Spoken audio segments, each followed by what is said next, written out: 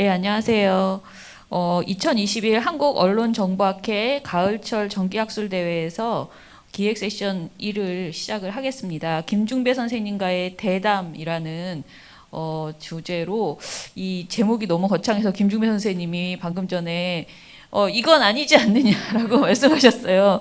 김중배 선언 30년의 현재적 의미라는 정말 멋진 이런 제목으로 저희가 1시간 반 동안 대담을 진행해 보겠습니다. 먼저 한국언론정보학회 학회자님 인사 말씀을 듣겠습니다. 예.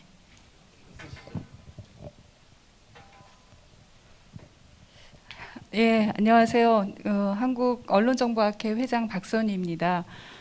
오늘 이렇게 뜻깊은 자리를 마련했는데 김중배 선생님께서 지금 약간 부담스러워 하시지만 네, 좋은 그 만남에 여러 대화가 오가는 그런 장이 되기를 바라고요. 올해가 그 자본 권력이 언론에 얼마나 영향을 미치나에 대해서 문제 제기를 하신 지 이제 30년이 되셨어요.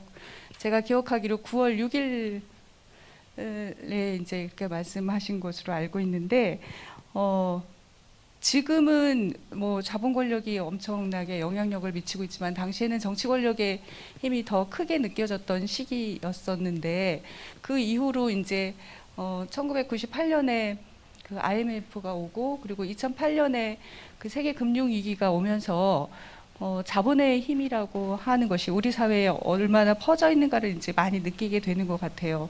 그리고 이제 신자유주의 경쟁 체제라는 이름으로 사회 각 영역에 뭐 학교라든가 그리고 이제 이런 미디어 플랫폼 이런 쪽으로도 그렇고, 이제 제가 지금 느끼기에는 저희 학회도 좀 그런 것 같거든요.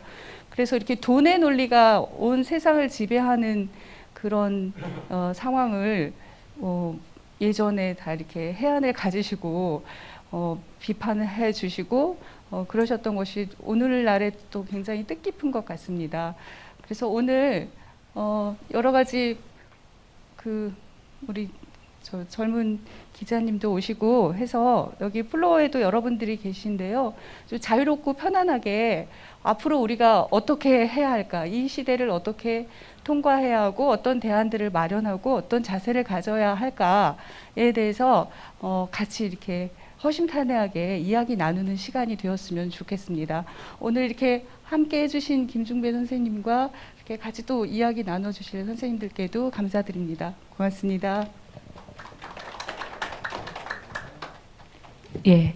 박선희 회장님께서 이런 무거운 자리를 만들어 주셔가지고 저희가 무겁지만 가볍게 또 가볍지 않게, 그러나 저 마지막에 말씀하신 거는 편안하게 이야기해 줬으면 좋겠다라고 하셨어요. 그래서 저도 사실 여태까지 해왔던 어떤 그 이런 진행보다도 마음이 무겁거든요. 뭔가 한마디를 할 때 선생님한테 혼나지 않을까 이런 생각도 들고, 공부를 너무 안 하고 온 거 아닌가 막 굉장히 지금 초조한 마음이 드는데, 지금부터 1시간 반 동안은 그런 부담을 좀 버리고 편안하게 선생님께 여쭤보고 싶은 것도 여쭤보고, 또 선생님이 오히려 저희에게 질문하고 싶은 것도 있다고 하시니까요. 그런 얘기 답이 될지는 모르겠지만 같이 그야말로 대담을 나누는 그런 시간이 되었으면 좋겠습니다.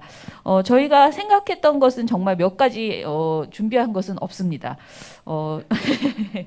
먼저 김서중 그 성공회대 교수님께서 김중배 선언 그리고 김중배 선생님에 대해서 간단하게 먼저 발제, 왜냐면은 또 김중배 선생님 우리 누구나 알고 있다고 생각하지만 또 한번 짚어볼 만한 내용들은 또 같이 공유해야지 이야기가 좀 더 잘 될 것 같아서요. 김서중 선생님께서 한 10분 정도 시간을 가지고 말씀을 해주시겠습니다. 부탁드리겠습니다. 예, 방금 소개받은 성공회대학교에 있는 김서중이라고 합니다. 많은 분, 그러니까 우리 회장님이나 사회자님께서 무겁다는 표현을 쓰셨는데 오늘 그렇게 시작하지 않을 수 없는 것 같습니다. 김중배 선생님, 김중배 선언 30주년을 기념해서 하는 이 대담 자리에 제가 나와서 얘기하는 게 적절할지라고 하는 부담도 상당히 있고요.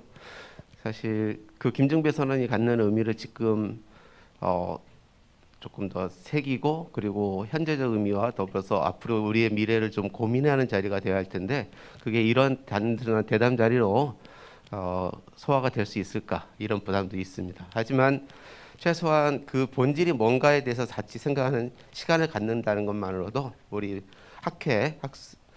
학자들이 모인 데서 그런 이야기들을 조금 더 진전시킬 수 있는 그런 어떤 계기가 되지 않을까 이런 생각이 듭니다. 그런 의미에서 그냥 문제 던지는 자리로 생각하면 조금 더 편하게 할 수 있지 않을까 그런 생각도 해봤습니다. 사실 원래 저한테 부탁이 온 거는 김종변 쌤을 소개하라 이런 얘기였습니다. 그래서 그러면서 뭐 많은 걸 찾아보실 필요 없이 평소 알고 있는 거 그냥 얘기하라고. 그래도 또 부담돼서 좀 찾아보려고 했더니 참 소개할 게 너무 많더라고요. 그래서 이건 시간상 불가능하다. 그래서 제가 몇 가지 그냥 소외가 생기는 김중배 선생님의 삶 중에서 그런 부분들을 좀 말씀드리는 게 낫겠다 이런 생각했는데 김중배 선언의 의미라고 해갖고 깜짝 놀랐습니다. 네, 그건 일부 당연히 포함됩니다.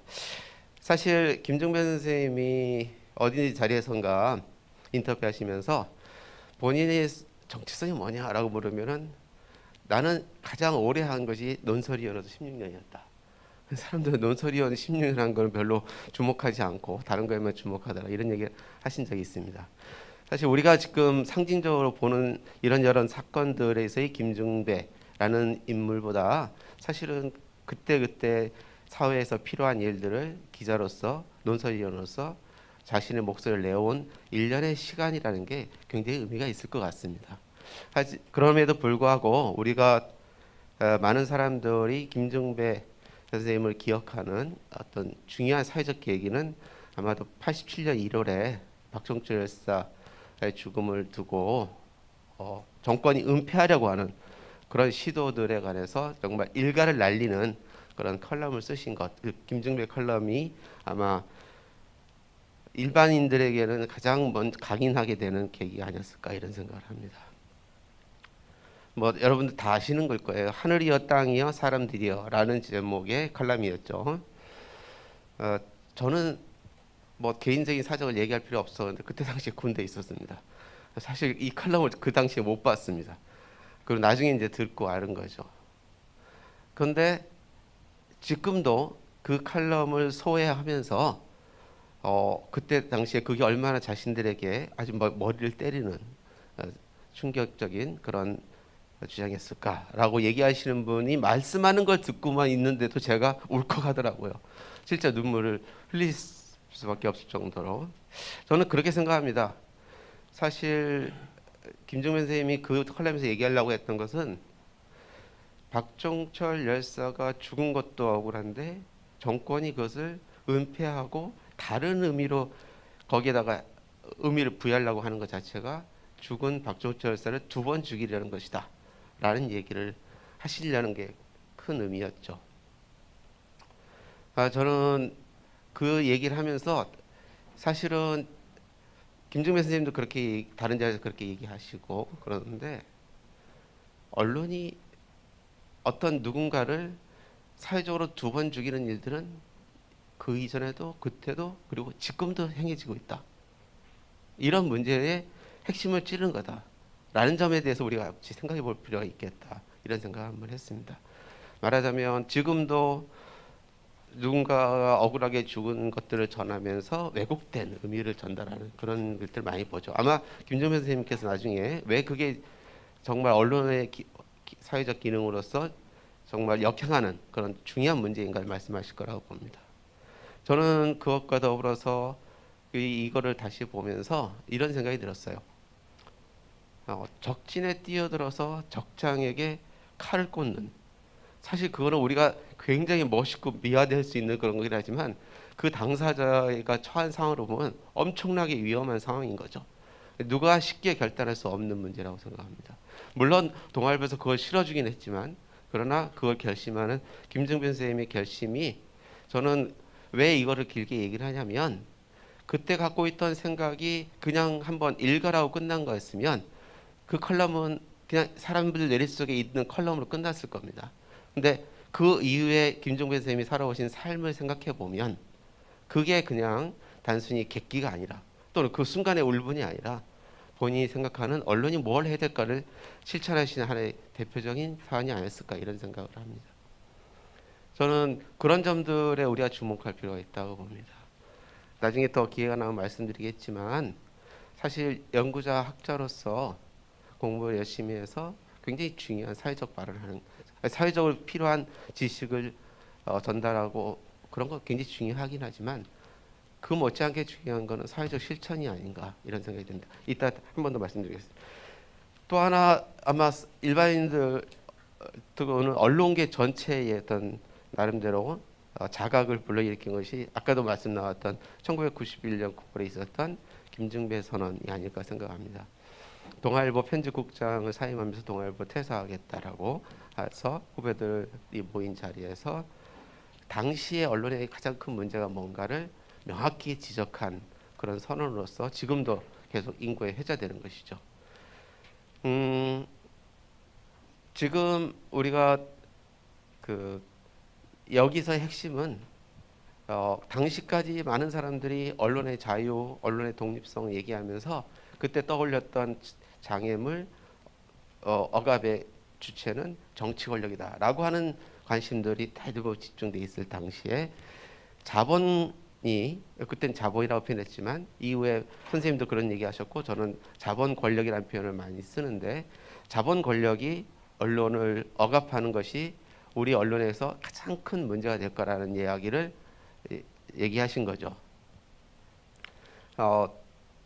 그런 의미에서 저는 아까도 말씀드렸던 것처럼 김용균 씨 같은 경우에 한편에서는 김용균 씨의 죽음의 의미를 정확히 전달하는 언론도 있지만 그 보수라고 하는 큰 언론들이 김용균 씨의 죽음을 사서하고 개인화하고 사서화하고 이러는 과정에서 발생하는 우리 사회 인식의 왜곡 문제가 심각하고, 그런 것들의 위험성을 이미 30년 전에 지적하신 게 아닌가 하는 생각이 듭니다.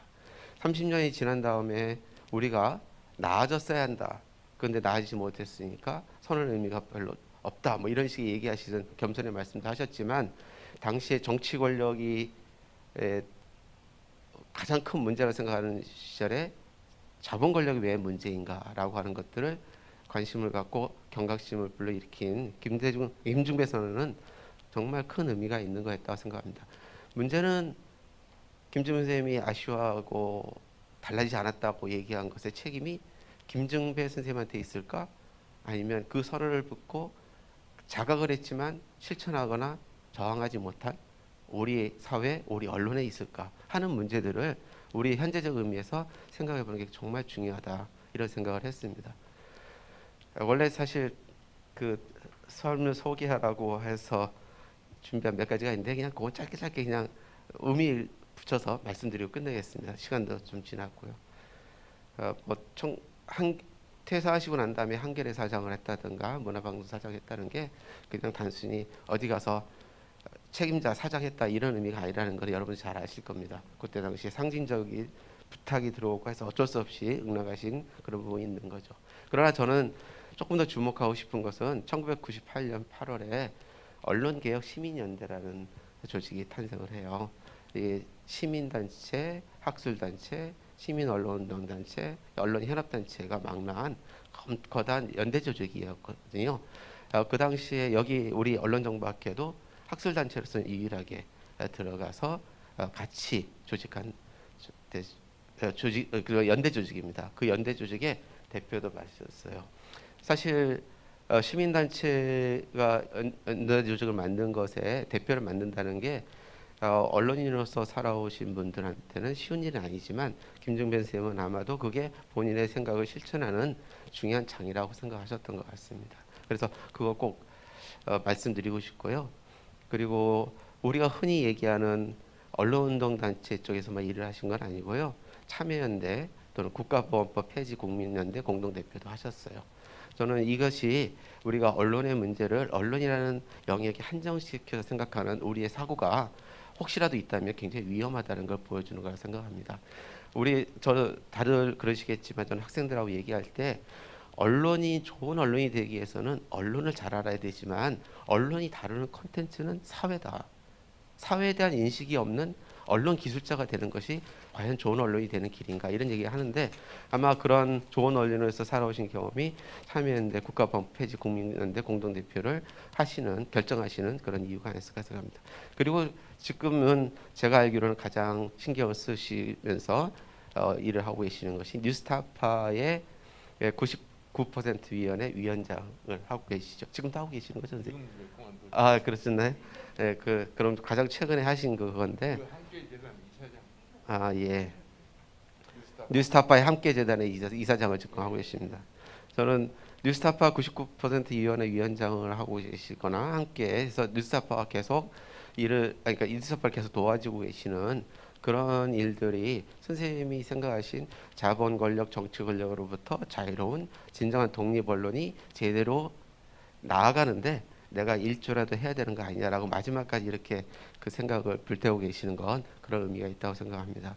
근데 사실 뉴스타파가 그 위촉한 위원장이시거든요. 근데 그 위원장이신 김주민 선생님이 한번 뉴스타파 인터뷰하면서 이런 표현을 쓰는 장면이 있더라고요. 수많은 회원들과 함께 나는 뉴스타파와 맞짱 뜨는 위치에 있다. 이 얘기 저 왜 강조하냐면요. 언론이라고 하는 게 우리가 지금 닥치고 있는 현실의 문제 중에 하나가 이런 게 있다고 생각합니다. 정치 권력이나 자본 권력으로부터 언론이 독립하고 자유로워야 된다라고 우리 쉽게 얘기하지만 그 자유로움이 정말 언론사의 자유나 그 안에 근무하고 있는 언론인만의 자유일까? 그런 의미에서 독립 언론으로서 독립 언론이 된 뉴스타파가 누리고 있는 어떤 자유와 그리고 활동이 사실은 시민 또는 뉴스타파의 독자 이런 사람들을 위한 자유이고 권리이다. 그래서 뉴스타파도 독립 언론이지만 감시를 받아야 된다라고 하는 마음을 표현한 게 아닐까 저는 나름대로 그렇게 생각을 했습니다. 여튼간 이 얘기의 마무리에 말씀을 드리는 것은 저는 우리가 언론의 문제를 볼 때 언론의 문제를 보는 게 아니라 우리 사회에서 언론이 왜 필요하고 우리 사회에서 언론이 어떻게 해야 되고 그리고 언론은 누구를 위해서라고 하는 그래서 요즘 많이 나오는 시민이라는 생각을 이제는 머릿속에 염두에 두고 언론을 공부하거나 얘기해야 되는 거 아니냐 이런 생각을 좀 김중배 선생님 관련된 말씀을 드리면서 제가 생각하게 된 거라서 그렇게 마무리하고자 합니다. 예. 생각해보니까 저는 인사를 안 드렸네요. 네, 저는 오늘 진행을 맡으라고 말씀해 주셔서 어쩌다 이 자리에 와서 앉게 된 저는 미디어 인권 연구소 뭉클의 김언경이라고 합니다. 그런데 오늘 이 자리의 구성이 이제 김주면 선생님을 모시고 세 사람이 이렇게 왔는데요. 교수님, 그러니까 연구자, 그리고 기자, 후배 이렇게 오셨고요. 그리고 저는 시민의 대표로 온 것 아닌가 이런 생각을 해봅니다. 이제 김서준 교수님께서 김중배 선생님은 소개를 해주셨거든요, 여러분들께. 그래서 직접 김중배 선생님께 제가 어떤 말을 하실 것이다 이렇게 말하면 분명히 틀릴 거예요. 그래서 그냥 저는 아무 말도 하지 않고 김중배 선생님의 말씀을 들어보겠습니다. 지금 여기 이렇게 메모도 좀 해오셨어요. 그래서 제가 시간을 무한정 드리겠습니다. 그러니 아주 길게 선생님 이야기를 저희가 꼭 듣고 싶은 이야기를 다 풀어서 해주시기 바랍니다. 네. 여러분 안녕하십니까?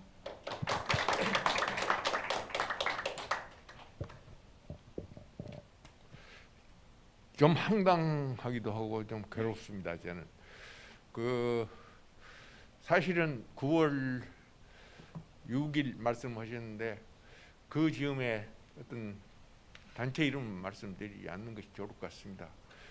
거기서 이 문제를 논의한다고 제안이 있었습니다. 그 미소에 그쳤습니다만 그 제안을 받고 저는 한편으로 매우 괴로웠습니다.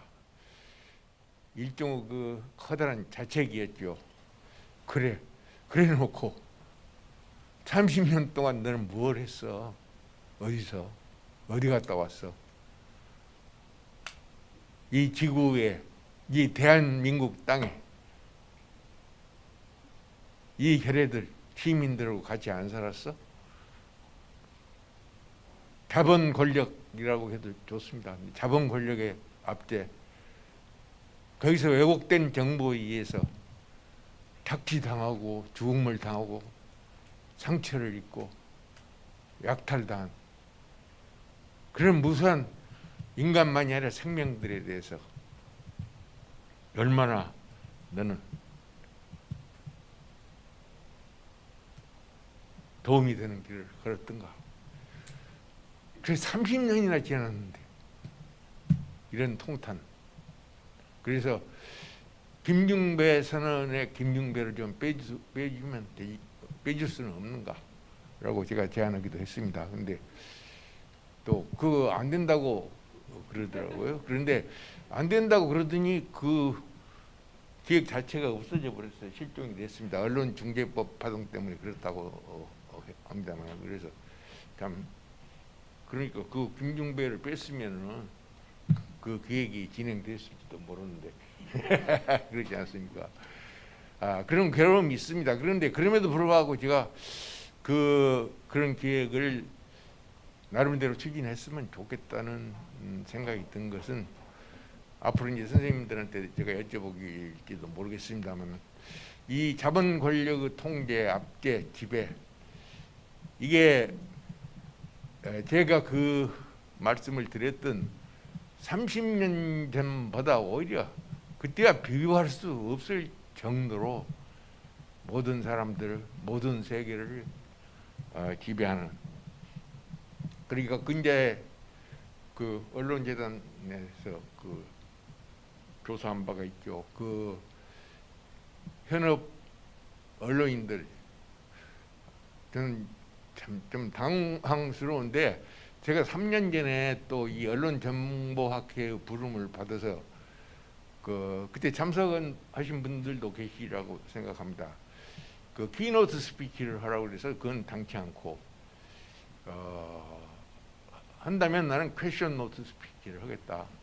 그리고 제일 처음에 퀘션에 제일 머리에 올린 것이 예? 언론이라는 말이었습니다. 언론은 다른 데하고 좀 겹치는 것 같아요. 신경 쓰지 말고 그냥 말씀하세요. 예. 언론이라는 게 어디서 어디까지를 말하는가, 어느 대상을, 어떤 활동을. 참. 그런데 저 자신도 진화를 못했어요. 3년여가 지나는 동안. 파악하고자 했습니다. 근데 이제 그 소위 언론인들이 제일 그 압박, 통제를 느끼는 대상, 언론재단에서 조사한 거지요. 1년 이전? 그 광고주가 70%, 또 편집 간부가 52%, 사장, 사주 46%, 뭐 자기 검열 이런 게 있습니다만은 광고주 68.4%만이 아니라 편집 보도국 간부 또는 사주 사장의 통제, 이것도 자본 권력의 영향 밖에서 나오는 것일까요? 뭐 전부가 자본 권력의 지배성이 있다고.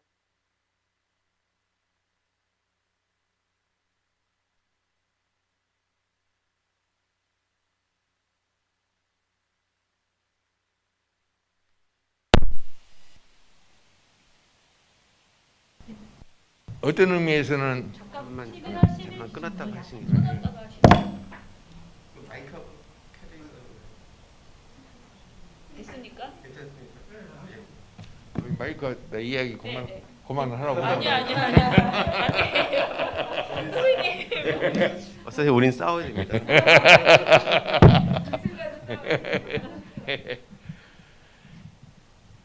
그렇습니다. 그래서 그때 30년 전을 제가 회고를 한다면 그 경위를 잘 모르시는 분도 계셔서 요즘도 묻는 분이 있어요. 그런 선언을 하게 된 게 어떤 결정적인 사연이 있었는가에 대한 궁금증인 것 같습니다. 담론과 논의들이 제기되기 시작하는 거예요. 뭐야 이게? 흔히 어디서 먹냐? 다른 장소에서 지금 행사하고 있는 게 일로 잘못해가지고 들어오는 것 같은데요. 토핑 랭크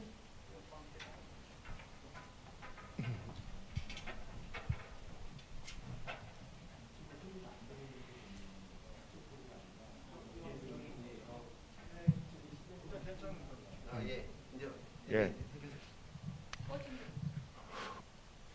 간단히 하려고 그랬는데 자꾸 길어지네. 일단. 근데 이제 그것은 그 시대의 축적이었죠. 제 나름대로 이 편집 책임자로서 그 실체험을 한 그런 축적이었고, 그런데 구태여 결정적인 사례를 꼽아야 한다면, 그리고 저는 꼽고 싶습니다. 이 사례를. 왜냐하면 그때 낙동강을 오염시켰던 두산중공업의 페놀 오염 사태였습니다. 이 영남인들의 식수원을 오염시키는 이 페놀이라는 독극물, 이것이 방출되고 이것이 유유히 흘러가고 그것이 상수원을 통해서 주민들에게 전파될 수 있는 그런 위험이 가중되는 그런 상황 속에서 그때 제가 대작 책임을 맡았던 동아일보는 정말 열심히 그 문제를 취재를 했습니다. 심지어 그 당시만 해도 이 보도 기자들의 역량이 저 자신까지를 포함해서 그런 환경 오염 문제를 심층적으로 전문적으로 다룰 수 있는 능력을 충분히 갖지 못했다는 것을 우리는 인정해야 했습니다.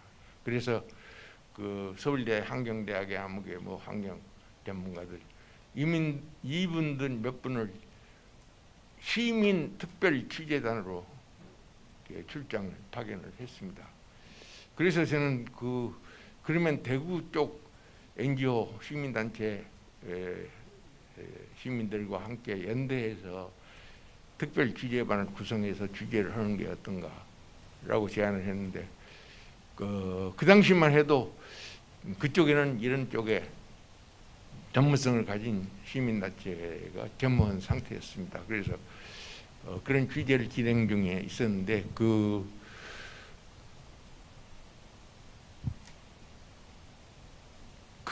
오염을 발생시킨 두산, 여기에 대해서 저한테도 여러 가지 그 구체적인 병용, 압력이라고 표현하지는 않겠습니다. 있었습니다만 마침내는 사주를 통해서 공연하게 그 공개적인 자리에서 우리 신문의 대광고주인 두산을 그렇게 뒷면을 통해서 공공연히 비판할 수가 있는가? 그러면 우리는 그 신문 경영을 유지하기 어렵다. 라는 직접적인 압력을 받았습니다. 그리고 얼마 뒤에 저는 뭐 편집국장에서 해임이 됐습니다만 반드시 그것 때문만은 아니었습니다. 그러나 이 사태를 겪으면서 우리 참 뭐 4.19, 6월 항쟁, 5.18 이런 펴리는 그 민주화 투쟁을 통해서 우리는 정치적 민주화라는 것에 어느 정도 궤도에 진입하고 또 그것을 밀고 나갈 그런 힘을 비축하기 시작했지만 이 자본 권력에 대한 대응, 이것은 매우 취약한 상황에 있지 않겠는가, 그런 것을 생각하면서 그 당시 마침 처음 출범했던 지금 언론 노조의 전신인 언론 노련에서 내건 구호가 권력으로부터 해방, 우리 김서진 교수님께 죄송합니다. 권력으로부터 해방, 자본에는 권력을 안 넣었어요. 미리서 권력을 넣었기 때문에 그래. 자본으로부터 해방, 이런 것을 내걸었습니다. 그런 것과 연동하면서 이런 이야기를 하게 됐다고 생각합니다. 이미 김 교수께서 잘 말씀해 주셨지만은 건너뛰어서 그 신자유주의 IMF 이후 우리나라에서 본궤도에 진입한, 그리고 세계를 지배해온 신자유주의 우리나라로 30년, 이걸 겪으면서 이 자본의 통제는 전방위화 했습니다. 그리고 이제 우리는 또 다른 자본 권력의 탄생과 또 다른 형식 또는 역량을 가진 자본의 압제하에 들어가고 있다고 저는 생각합니다.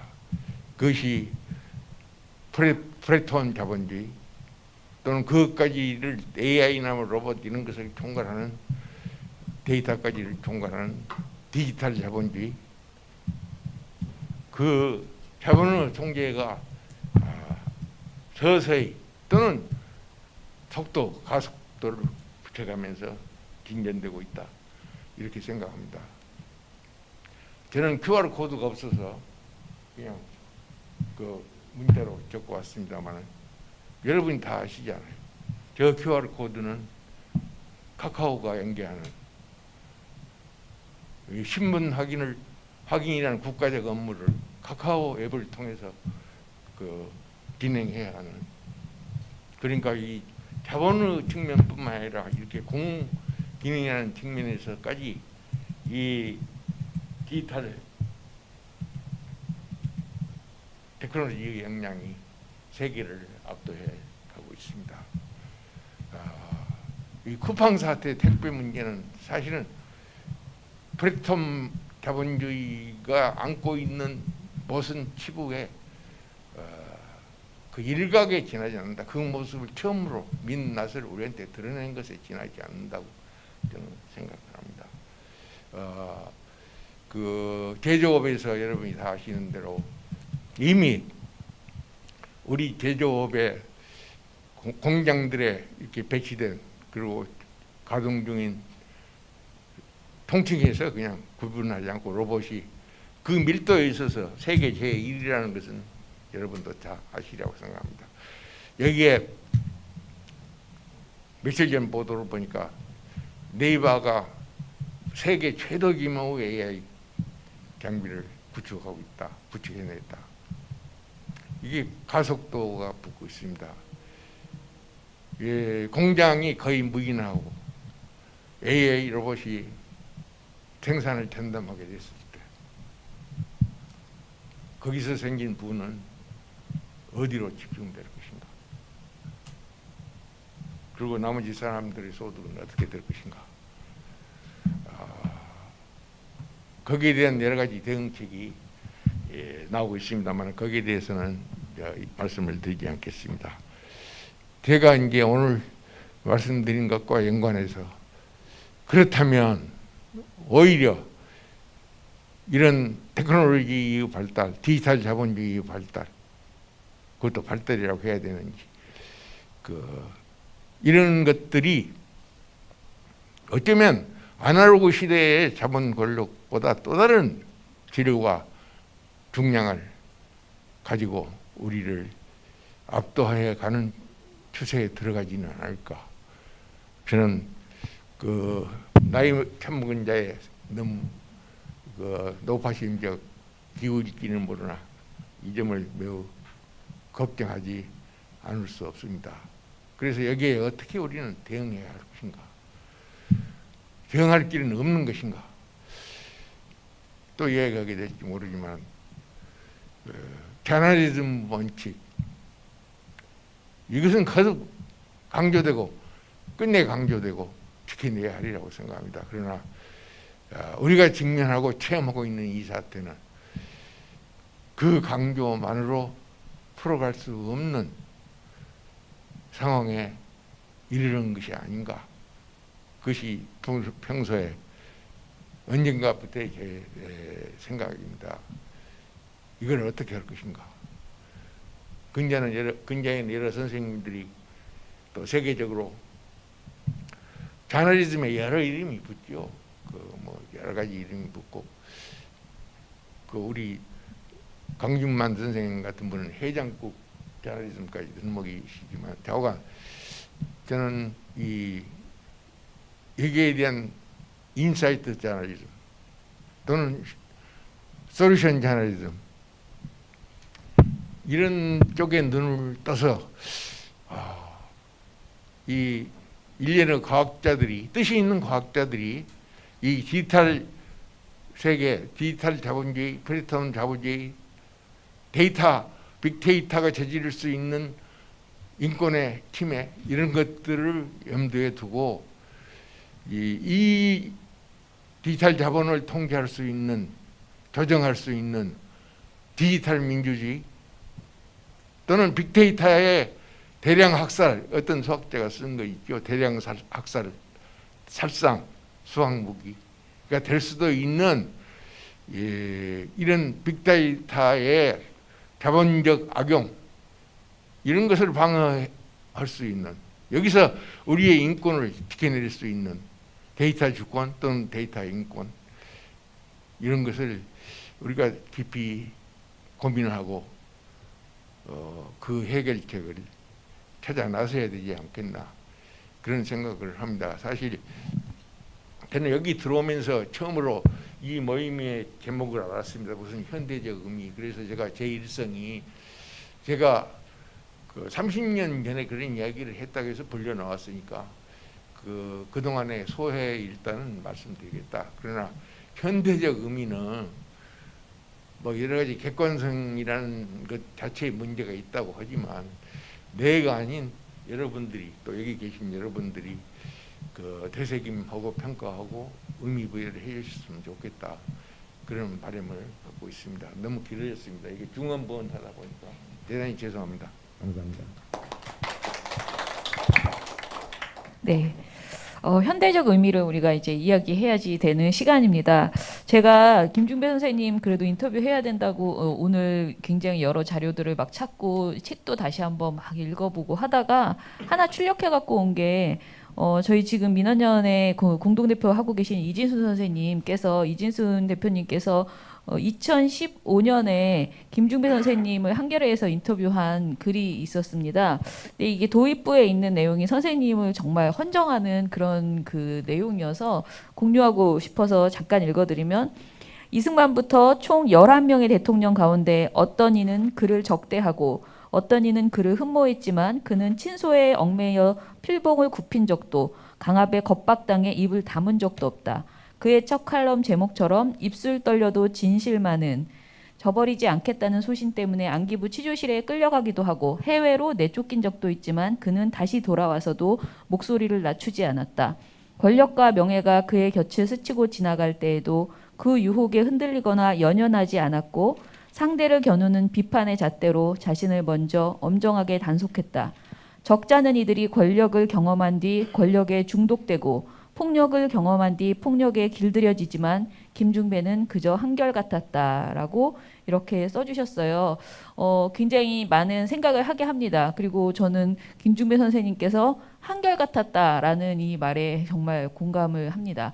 선생님 항상 한결같이 저희 정말 후배들에게 한결같이 존댓말을 하시고요. 그리고 아주 깍듯하게 이렇게 대해 주시면서도 또 하실 말씀을 정확하게 해주시거든요. 그런 점에서 오늘도 다시 한번 감사를 드리고요. 저희가 이제 김은지 기자님을 모셨는데 김은지 기자님을 초대할 때 어떻게 할까 막 고민을 하다가 이 김중배 선언 30주년에 가장 모실 수 있는 곳이 바로 시사인이라는 매체가 아닌가라는 생각을 했습니다.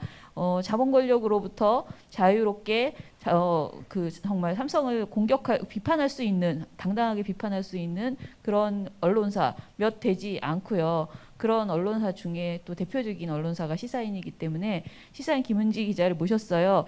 어떤 이야기를 들어볼까 지금 굉장히 무슨 얘기를 할지 굉장히 고민되실 거예요. 그런데 저는 그냥 김중배 현원을 이 후배 기자가 어떻게 지금 현실에서 받아들이고 있는지, 그리고 지금 현장은 어떤지 이런 이야기를 들어보고 싶습니다. 네. 네, 안녕하세요. 방금 소개받은 시사인의 김은지 기자라고 하고요. 정말 엄중하고 의미 있는 자리에 초대받고 말씀을 나눌 수 있게 된 기회를 갖게 돼서 정말 영광이라고 생각합니다. 제가 받은 주제는 후배 기자가 느끼는 김중배 선언의 현재적 의미인데요. 제 소개를 먼저 드리면 저는 2009년에 시사인에 입사해서 지금까지 계속 시사인에서 일을 하고 있는데요. 그러니까 이번 기회에 김중배 선생님을 뵙는다라는 생각으로 저도 여러 가지 자료를 찾아봤는데 저희 부모님이 태어나시기도 전에 기자 생활을 처음 시작하신 선배 기자님이시더라고요. 그리고 요새 이제 언론에서 워낙 밀레니얼 MZ 세대 이야기를 많이 하잖아요. 그 범위가 너무 넓어서 90년대생은 불만이라고는 하지만 제가 그 MZ 세대의 맞이라고 할 수 있는 80년대 중반에 태어난 기자이거든요. 이제 그런 저에게 김중배 선생님이 그때 하셨던 말씀, 30년 전에 하셨던 자본 권력으로부터의 독립 이야기가 어떤 의미일까를 생각하는 자체가 오늘 저에겐 굉장히 소중한 현재적 의미이겠다라는 생각을 많이 했습니다. 30년 전에 그런 이야기를 했고 사실은 그 시절부터 가장 앞서서 그런 이야기를 하면서 일종의 경고성 혹은 언론이 앞으로 어떤 것들을 더 발밑에 두고 자기들을 되돌아봐야 되는지 지적해 주셨다라는 생각이 참 많이 들었는데요. 30년이 지난 지금은 사실 더 상황이 좋아졌다라고 보기 힘든 지금 우리 언론의 현실을 좀 짚어보는 게 오늘의 자리의 의미가 아닌가라는 생각을 좀 많이 하게 되었습니다. 네. 저희가 이 시사인 아까 그렇게 소개해 주셨는데요. 2008년에 시사인이라는 매체가 과거 시사저널에서 독립해서 나왔습니다. 그 당시 계기가 여기 계신 분들은 당연히 다 잘 알고 계실 텐데 당시 시사저널에서 삼성 광고를 가지고는 기사를 삭제하는 정말 초유의 사태가 있었습니다.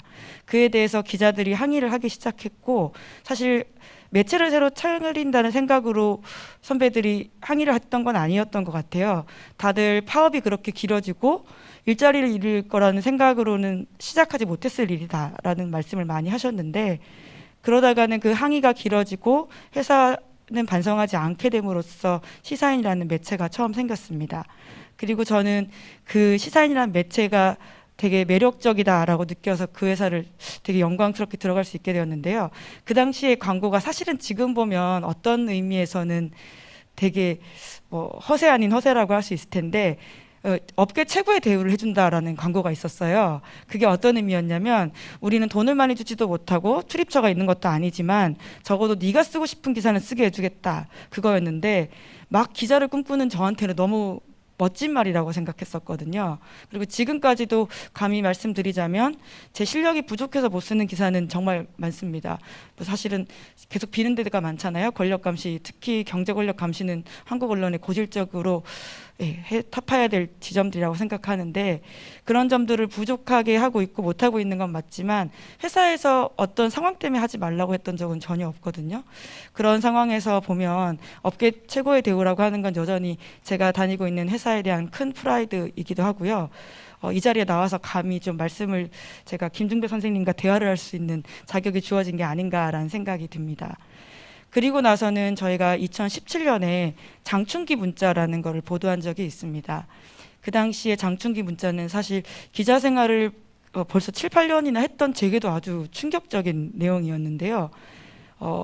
장충기라고 하는 삼성의 최고위직에게 허리를 조아리는 대한민국의 각국의 정관계 자들 뿐만이 아니라 언론인들도 상당수 포함되어 있었다라는 내용인데요. 그 내용들은 이미 다들 많이 알고 계실 겁니다. 유수의 언론사뿐만이 아니라 정말 다양한 언론사들이 다 장충기 사장에게 문자를 보내고 취업 청탁을 하고 광고 청탁을 하고 그리고 우리가 삼성의 시선으로 세상을 바라볼 수 있게 잘하겠다 이런 이야기들을 은밀하게 문자로 주고받았다라는 내용이거든요. 근데 사실 저한테는 그 이후가 더 좀 충격적이었습니다. 이렇게 놀라운 사실이 폭로되었음에도 불구하고 그것에 대해서 반성하겠다 혹은 내부에서 이게 문제다라고 들고 일어났던 언론사는 CBS밖에 없었습니다. 제 기억에. 그리고 나서는 그 나머지 언론사에서는 사실 미디어 비평지를 중심으로 비판이 굉장히 많았었고요.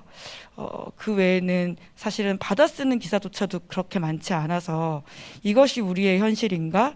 아직도 우리는 많이 나아갔다고 생각했지만 여전히 이 자리인가? 라는 자괴감 아닌 자괴감들이 참 많이 들었던 기억이 있습니다. 제가 오늘 자리 김중배 선생님 뵙는다 생각하고 그 기사들을 좀 봤었는데요. 선생님께서 그런 이야기를 하셨었어요. 그 목숨 걸고 말하지 않아도 되는 세상에 대한, 그 기사를 쓰지 않아도 되는 세상에 대한 지적이신데, 우리가 그 세상에 빚지고 지금 이렇게 다양한 권력들을 비판하고 언론인으로서 기사를 쓰고 어떤 보도물을 내고 콘텐츠를 제작하지만 어떤 지점에서는 반발도 많이 못 나간 게 아닌가 이런 생각이 들 때가 참 많습니다. 그런 지점에서의 현재적 의미는 여전히 이게 30년 산이 아니라 현재적으로 계속 작동하고 있는 김중배 선언의 의미라는 생각이 들고요. 과연 우리는 30년 전에 선생님이 지적하신 그 이야기를 제대로 체화하고 작동하고 바라보고 있나? 이런 이야기를 할 수 있는 자리라는 생각으로 이 자리에 오게 되었고요.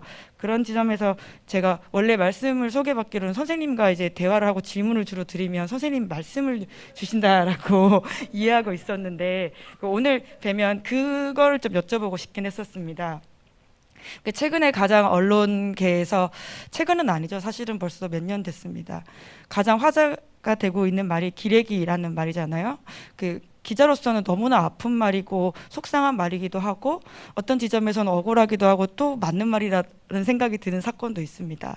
근데 제가 이야기로 이 단어에 작동되는 건 크게 두 측면인 것 같은데요. 그 단어에 대해서 어떻게 좀 바라보시는지 언론인으로서 또 선배로서 좀 말씀을 좀 듣고 싶은데, 제가 먼저 이해하는 바로는 기레기라는 단어는 두 가지 측면, 그러니까 이제 기자에 대한 비판 그리고 기사에 대한 비판인 것 같습니다. 그 기사에 대한 비판이라고 하는 것은 또 두 가지 측면이 있는 것 같은데, 먼저는 우리가 오보를 쓰거나 혹은 무리한 단독 욕심을 내거나, 소위 기자만 아는 단독이라고 하죠.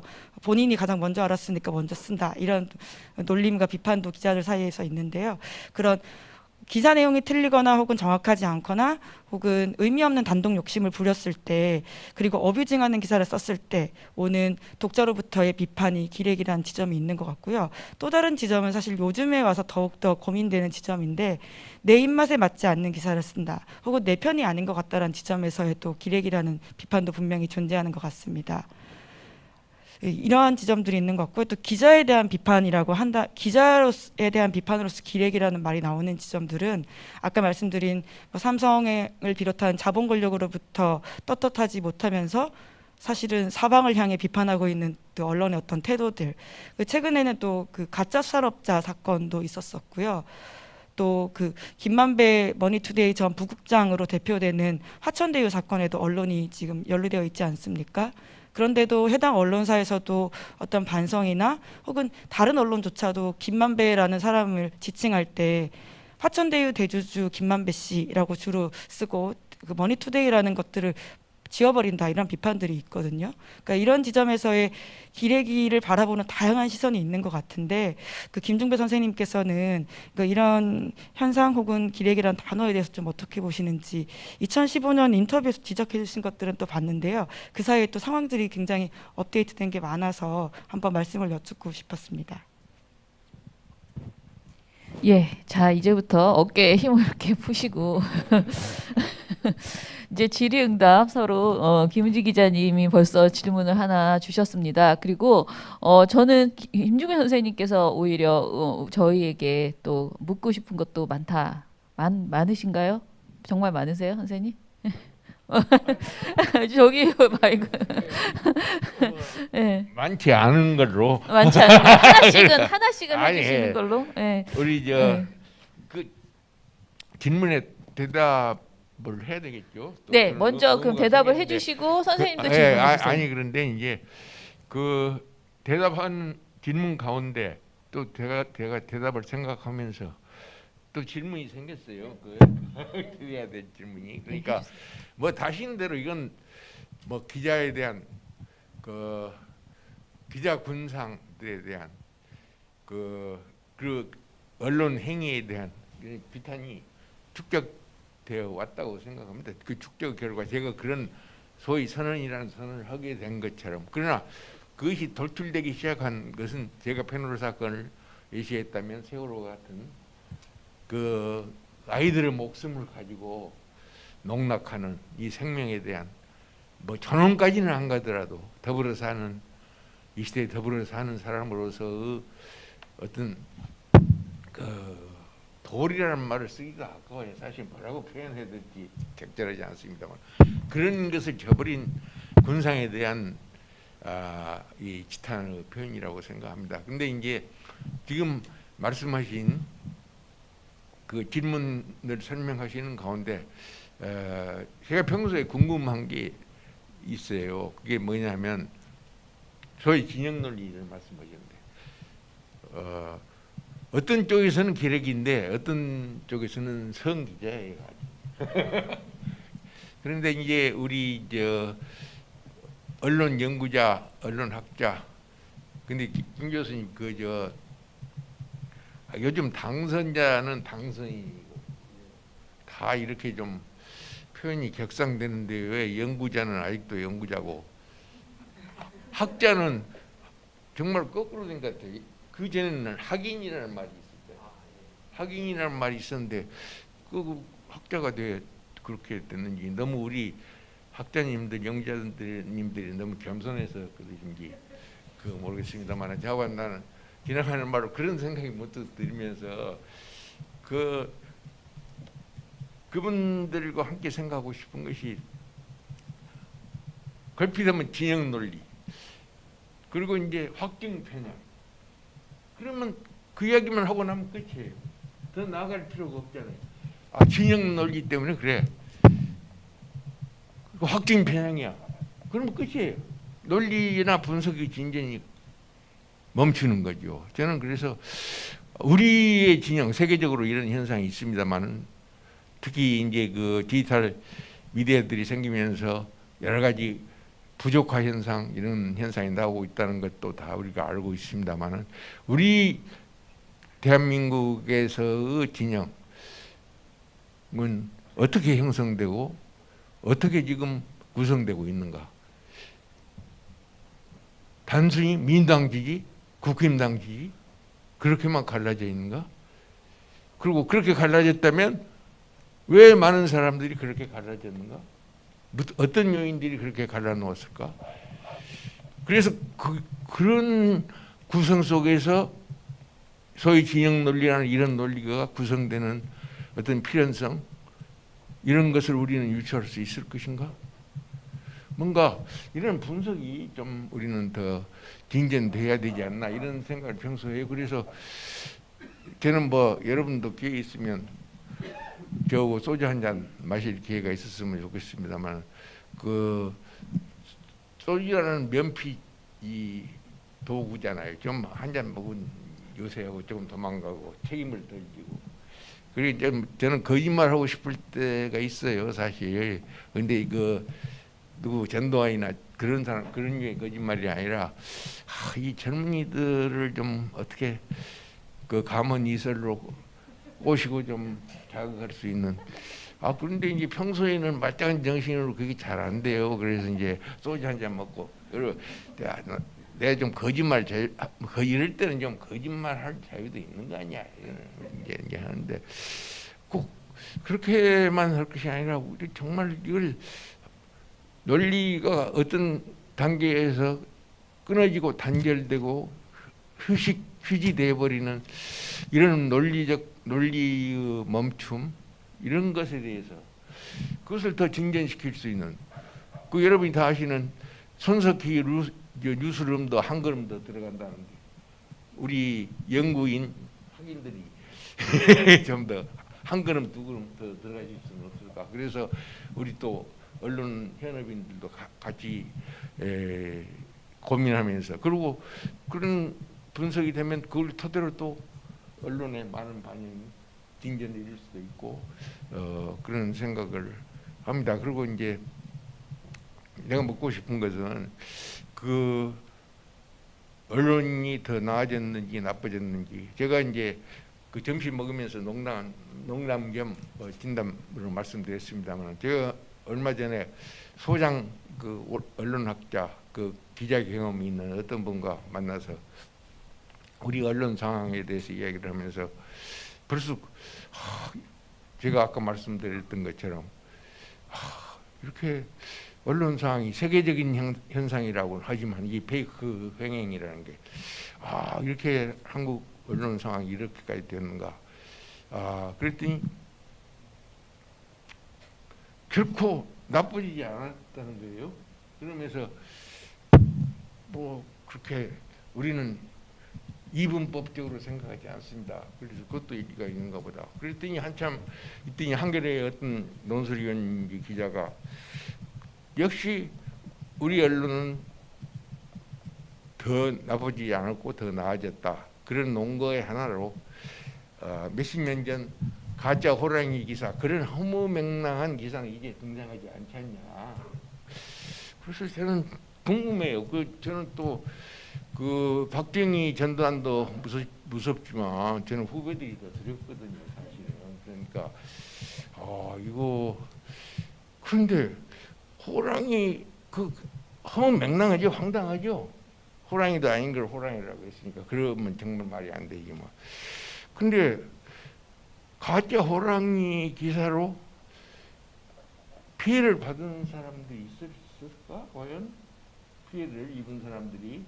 가짜 호랑이 기사가 제가 뭔지 잘 모르는데 조금만 설명을.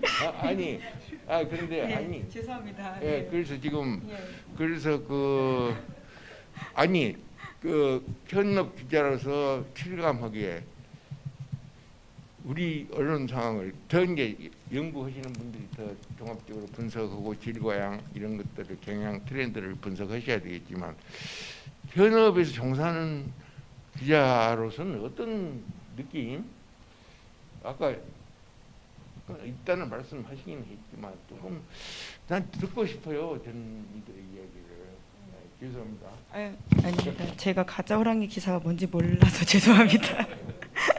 근데 이제 아마 이제 큰 오보로서 사회에 혼란을 끼쳤다 이런 측면의 이제 과거 기사를 말씀해 주시는 것 같은데요. 물론 저는 이제 언론업에 종사하게 된 게 2009년부터이고 그 전에는 그냥 대학생으로서 기사를 라이트하게 읽었던 입장이기 때문에 비교할 수 있는 근거들이 참 이게 많지가 않아서 더 나아졌다 나빠졌다라고 말하기가 어려운 지점들은 분명히 있는 것 같은데요. 근데 제가 아까도 말씀드렸던 것처럼 그러니까 언론 윤리라는 지점에서 더 나아졌냐라고 물어봤을 경우에 특히 그 경제 권력으로부터의 독립 그 부분에 대해서는 사실 지금의 언론 행태들은 자성하지 못하고 있고 재발 방지하지 않는다는 차원에서는 나아지지 않은 점이 큰 것 같다라는 차원의 말씀을 드린 거고요. 그리고 이제 오보를 생산해서 사회에 혼란을 끼친다라는 지점들은 지금도 여전히 언론사 물론 뭐 과거보다 나아진 점들이 분명히 있겠죠. 하지만 우리가 세월호 당시에 전원구조 오보는 물론 이후에 정정이 됐다고는 하지만 그 당시에 사람들한테 줬던 언론에 대한 기본 신뢰 하락은 너무나 컸다고 보거든요. 그리고 나서 그것에 대해서 자성하겠다고 하고 재발하지 않겠다라고 했지만 글쎄요, 그러니까 이 초를 다투면서 속보 경쟁을 한 사실은 그렇게 그러니까 클릭 수와 상업적인 목적이 훨씬 더 큰 그 경쟁에 있어서 오보를 재생산하지 않으려고 노력하는 지점들에 대한 시스템의 정비 혹은 뉴스룸 자체의 조직적인 문화 관행을 바꾸는 것들은 얼마나 바뀌었을까라는 좀 의문이 있긴 합니다. 물론 저는 주간지 매체의 기자이기 때문에 상대적으로 조금 더 편한 입장에서 그 아주 분초를 다투는 친구 동료 기자들에 대해서 비판하는 걸 수도 있다고 생각해서 늘 조심스럽고요. 얼마나 그 안에서 분투하는 기자들도 있다는 걸 알기 때문에 전체로 매도하고 싶진 절대 않습니다. 그럼에도 불구하고 시민의 시각에서 언론을 봤을 때는 분명 비판하거나 혹은 자기들이 비판하는 대상만큼 본인들은 비판을 제대로 하고 있고 검증하고 있고 견제받고 있는지는 좀 더 물어보고 더 세게 질책해야 된다고 생각합니다. 왜냐하면 비판할 수 있는 사람들은 그만큼 비판을 더 받아야 된다고 생각하거든요. 그래야지 그만큼의 윤리의식과 권리 혹은 뭐 의무들이 생긴다고 보고요. 예. 예. 갑자기 이제 얘기 들으면서 저도 든 생각인데 저도 제가 생각해 보니까 저도 민원연에 처음에 가서 그 모니터링을 시작한 게 92년이었거든요. 저도 올해가 30년 동안 무엇인가를 계속 왔다 갔다 하면서 했던 것 같아요. 그런데 저한테도 만약에 선생님이 그 언론이 나아진 것 같으니 이렇게 물어보시면 제가 아니요라고 말할 것 같습니다. 92년에 제가 모니터링을 할 때는 매체가 지금처럼 많지 않았고 많지 않은 매체이다 보니까 어느 정도의 품위 그리고 품질은 저는 좀 지켜졌었다. 그 어떤 그 자본 권력에 의한 그 통제 같은 것이 분명히 있었고 그때도 선거 보도가 굉장히 엄청나게 편향적이었긴 했지만은 어느 정도 예측 가능한 품위는 있었다라고 한다면 지금은 굉장히 많은 매체들이 정말 무한 경쟁을 하고 있고 미디어 환경의 변화가 너무나 크기 때문에 우리가 말하는 기레기라고 말할 수 있는 사람의 숫자 자체가 너무나 많이 넓어졌고 또 유사 언론도 있고 최근에는 연합뉴스처럼 언론인이 아닌 분 그러니까 비정규직을 이렇게 그 고용해서 그분들에게 끊임없이 그 광고성 기사들을 배출하게 하는 이런 것들도 늘어나면서 그 모든 분들까지 전부 다 우리가 기레기로 통칭하게 돼 버린 것 아닌가. 그래서 언론을 그냥 어떻게 평가해야 될까라고 봤을 때는 과거보다 훨씬 안 좋아졌고 힘들다라는 생각이 듭니다. 그럼에도 불구하고 제가 희망을 갖는 것은 저는 좀 약간 희망주의자인 것 같습니다. 그런데 최근에 저에게 어떤 친구가 찾아왔어요. 그런데 서울에서 언론인을 하다가 잘 못해서 너무 힘이 들어서 지방으로 내려갔어요. 근데 서울에 있을 때 그런 어떤 광고 영업을 굉장히 많이 강요받았다고 합니다. 그래서 광고 영업을 해오라고 할 때마다 굉장히 이제 자괴감이 들었고 그래서 아예 그냥 집에 갈래 하고 고향으로 내려가서 아주 작은 미디어를 이제 시작을 했는데 본인들끼리 요즘은 미디어를 만든다는 게 그렇게 어려운 일이 아니다 보니까 친구들하고 이렇게 해서 회사를 하나 차린 거예요, 미디어를. 그런데 그 미디어를 하려면은 최소한 돈이 자신들이 계산해 보니까 한 달에 90만 원이 필요하대요. 그 미디어 그러니까 인터넷 매체를 하나 운영하는데 그런데 그것을 마련할 수 없으니까 편의점을 하더라고요. 편의점 알바를 하면서 그 미디어를 만들어 나가고 있어요. 그래서 두 친구가 편의점에서 일을 하고 나머지 시간에 미디어를 만들면서 후원을 해달라고 이렇게 돌아다니면서 약간 부탁도 하고 여러 가지 작업들을 그 기사를 써달라라고 부탁을 하기도 하고 이렇게 하고 있더라고요. 근데 저는 미디어 환경이 변화하면서 오히려 정말 자기 소통, 내가 미디어를 만들 수 있는 그 진입 장벽이 많이 낮아진 거 그것도 저는 좋은 변화라고 생각을 합니다. 그래서 더 많은 그 뭐 기레기가 많아졌다라고는 하지만은 더 적은 비용으로 좋은 언론을 만들 수도 있는 그런 환경이 아닌가라는 생각이 들어서 그런 분들에게 좀 더 많은 관심을 갖고 그런 좋은 언론을 만들려고 하는 소중한 자원들을 우리가 잘 키워나가는 일이 필요하다라고 좀 생각을 했습니다. 저는 선생님께 여쭤보고 싶은 게 하나인데 김서중 교수님도 네. 그 김서중 교수님 의견 좀 소리 듣고 안 나오죠? 갔으면 좋겠습니다. 나오나요? 네. 예, 아니 저만 놀고 있는 것 같아갖고 그냥 간단하게. 아까 그 김은지 기자 말씀하신 기레기라고 사람들이 표현하는 걸 어떻게 생각하느냐라는 문제와 관련해서 저는 그 기레기 현상을 설명하기 위해서 기레기라는 말을 쓰는 것은 불가피한 측면이 있긴 하지만 일상적으로 기레기라는 표현을 쓰고 있는 우리 사회에서 이 현상은 매우 심각한 우리가 바람직한 언론을 기대할 때 위협이다라고 생각을 합니다. 뭐 기사 전체적으로 볼 때 비중이 어디에 더 있느냐를 따질 수 있는지 모르지만 설사 기레기라고 불리어 마땅한 기자들이 많다 하더라도 저는 가렸어야 된다고 생각하는 가장 큰 이유가 사실 우리가 언론 현상을 보면서 참 화나고 짜증날 때가 많지만 저는 그래도 느끼는 것은 양질의 콘텐츠를 생산하는 좋은 기자들이 아직도 많이 있다. 적어도 우리가 하루 내내 언론 보도를 보고 살아도 실제로 양질의 콘텐츠만 접하면서 살 수 있을 만큼 생산되고 있다.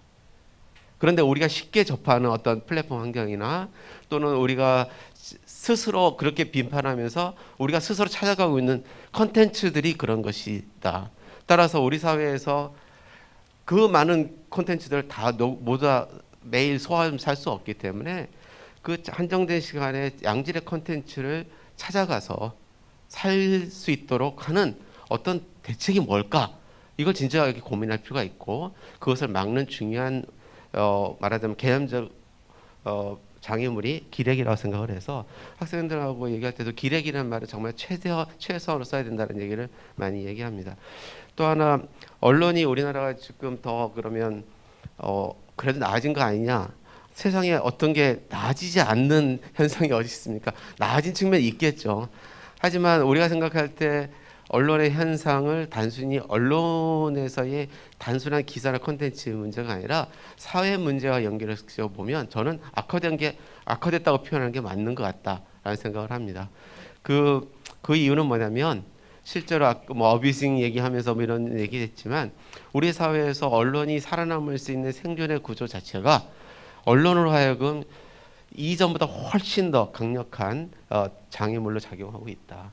그렇기 때문에 이거 자체가 심각하게 어려움을 발생시키는 원인이고 또 하나는 그런 속에서 언론인들 특히 영향력 있는 언론인들이 저는 우리 사회의 갈등의 구조화를 부추기고 있다. 그리고 그게 상업적으로도 존재하는 방식일 수 있지만 사실 개인이 자신의 이득을 취하는 좋은 길이라는 점으로 연결되고 있다는 것을 우리가 무시하면 안 된다. 그런 생각이 들어요. 그래서 사실 저는 뭐 부의 양극화하면서 양극화 얘기 많이 하지만 우리나라에서 심각한 양극화는 정치적 양극화라고 생각을 하고 정치 경제의 양극화만 아니라 사회 전반의 양극화. 사실 모든 분야, 문화에서도 뭐 스포츠에서도 모든 분야에서 서로 양극화돼서 대립하고 갈등함으로써 우리 사회가 더 나은 길을 찾아갈 수 있는 논의 자체를 불가능하게 만드는데 실제로 언론의 보도의 다수는 그런 부분들을 비판하는 과정이라고 하면서도 부추기고 있는 그런 측면까지 우리가 좀 더 고민할 필요가 있겠다 이런 생각을 해봤습니다. 네. 제 질문 하나 드리려고 했었는데요, 김중배 선생님께. 시간 많습니다. 시간 아직 멀었습니다, 선생님.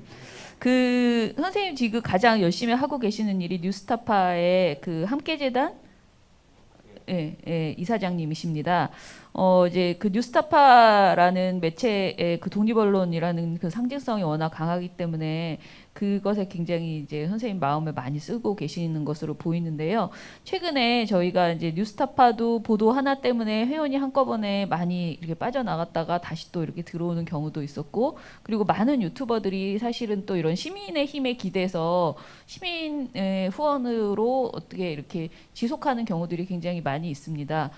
이것이 뭐 또 하나의 어떤 자본으로부터의 독립의 하나일 수도 있지만은 사실 또 그렇지 않고 또 다른 것에 종속되는 것이 아닌가라는 그 시민의 힘, 그러니까 너무 눈치를 보는 언론이 되는 것은 아닌가 이런 걱정들도 하는 분들도 있습니다. 뉴스타파가 그렇다는 것은 아니고요.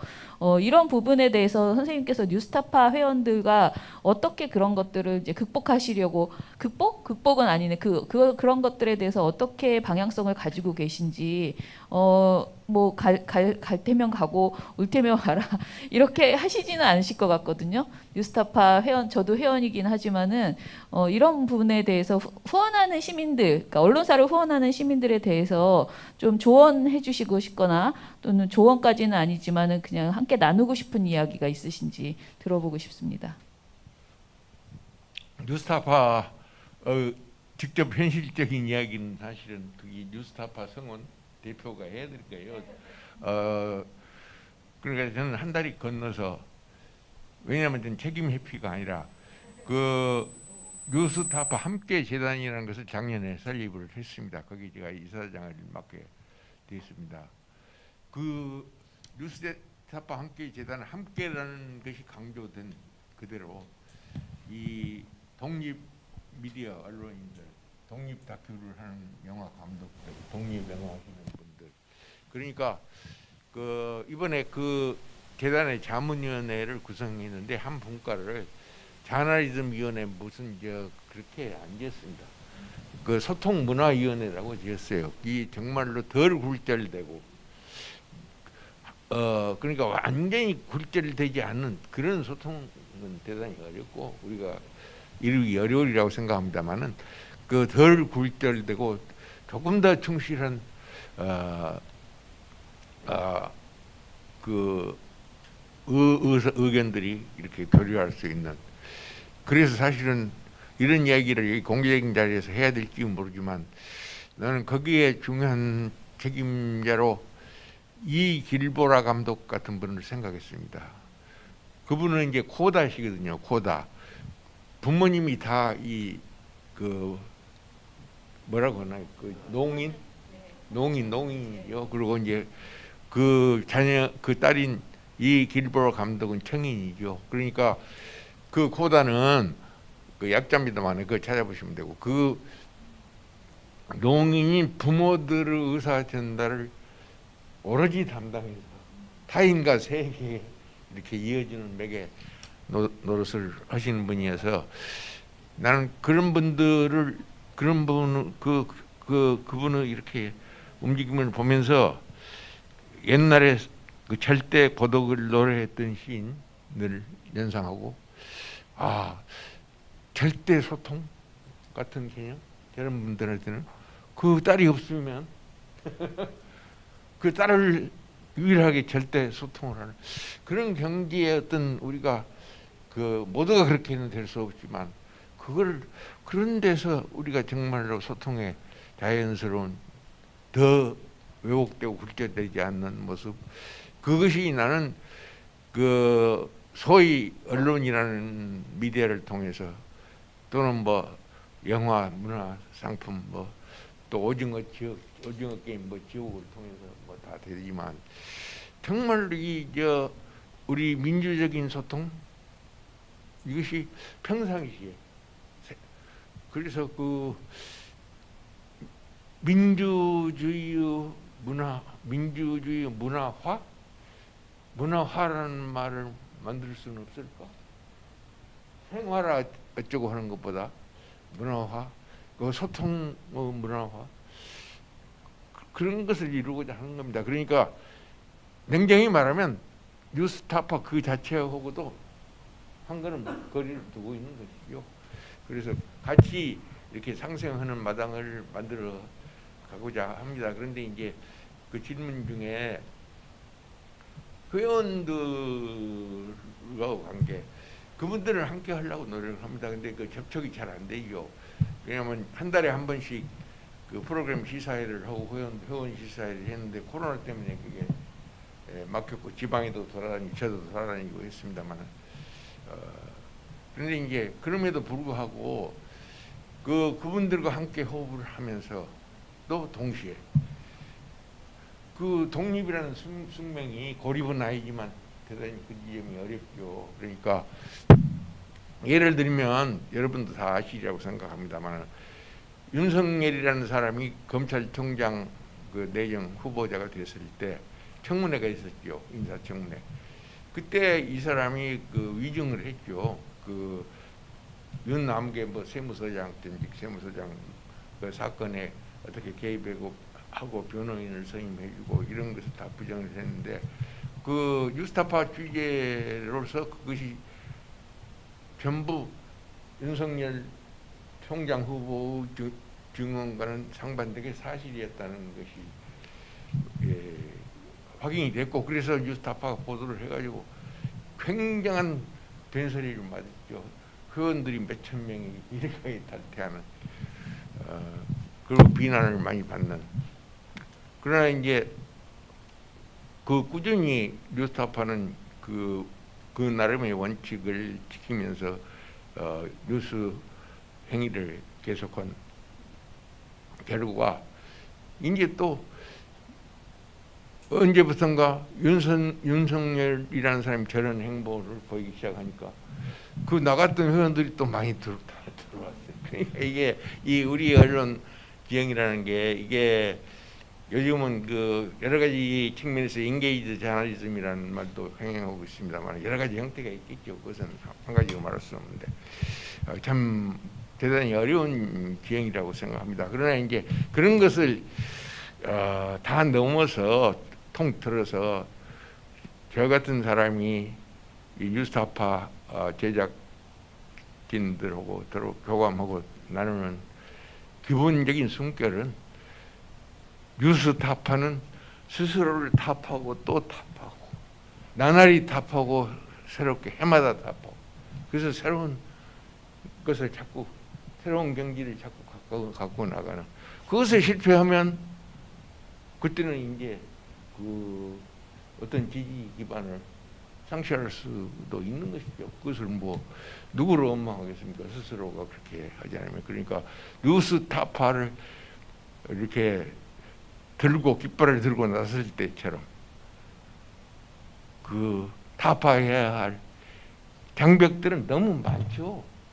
그러니까 지금 더군다나 아까 제가 간단히 말씀드렸습니다만 이 디지털 지구 그 메타버스 등등으로 대변되는 디지털 지구가 지구 현실이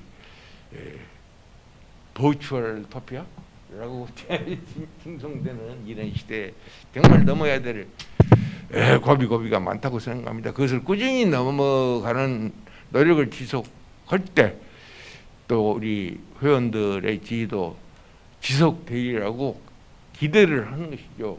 그런데 반드시 그렇게 된다고 누가 장담을 하겠습니까만 그런 기대를 하면서 나아갈 수밖에 없다고 저는 생각을 합니다.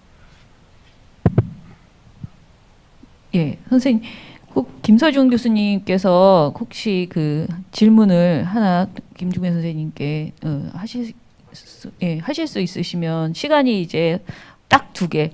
선생님이 질문 한번 하고요. 그다음에 김중배 아니에요.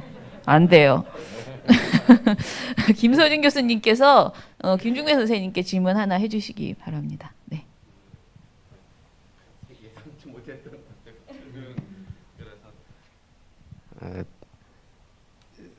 사실 그 김중배 선생님이 그 칼럼을 쓰거나 또는 그 김중배 선언이라는 것을 발표할 때 당시에 우리 언론 환경에 비해서 훨씬 다양한 언론이 생겨서 우리가 그런 것들을 지금 언론 환경이 어쩔 수 없는 피해라고 어쩔 수 없는 요인이라고 얘기하지만 실제 지금도 유력한 언론들은 분명히 존재하거든요.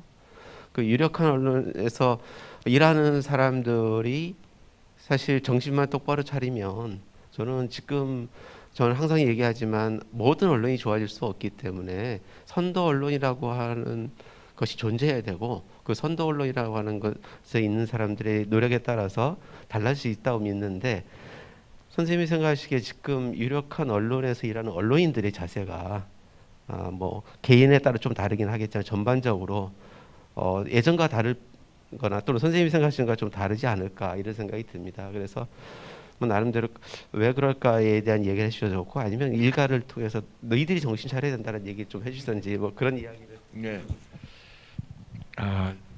저는 일가를 매우 유보를 하겠습니다. 왜냐하면 일가는 아껴둬야죠. 아껴둘수록 그게 무게가 더 있다고 생각하고 또 함부로 할 수 없는 거고 지금 이 시점에 솔직히 우리 냉정히 생각합시다. 어떤 사람이 김중배 아니라 누구라도 일가를 한다고 해서 이 세상 사람들이 그렇게 싹 움직일까요? 나는 그게 전혀 기대할 수 없다고 생각하고요.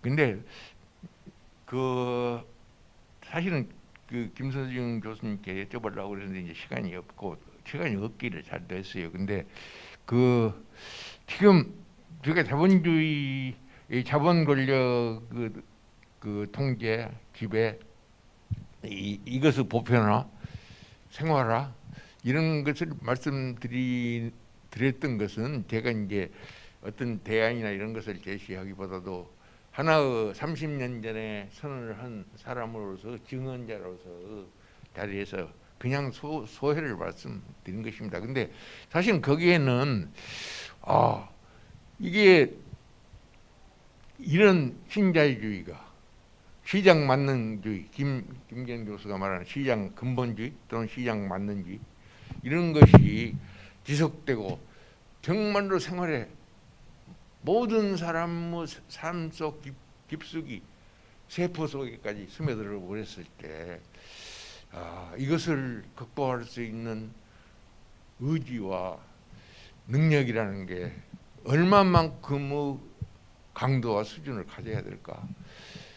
저는 굉장히 거기에 자신 있는 를 갖지 못합니다. 그래서 저는 그 다나리즘과 강조 그 레퍼런스 또는 그 기준의 엄정한 정립 이런 것을 정말로 우리 연구자들이 꾸준히 해주셔서 많은 사람이 공감할 수 있는 다나리즘의 지향을 정립해 주시기를 바라면서, 그리고 그 행동은 그 추구는 끊임이 없어야 된다고 생각하지만, 동시에 제가 오늘 강조하고 싶었던 것은 또 30년 무슨 의미라고 하시니까 뭐 그때요. 제가 이야기할 것은 아니지만, 이게 저는 그 예를 들기 쉽게 어떤 교수님이 아프니까 정치이다.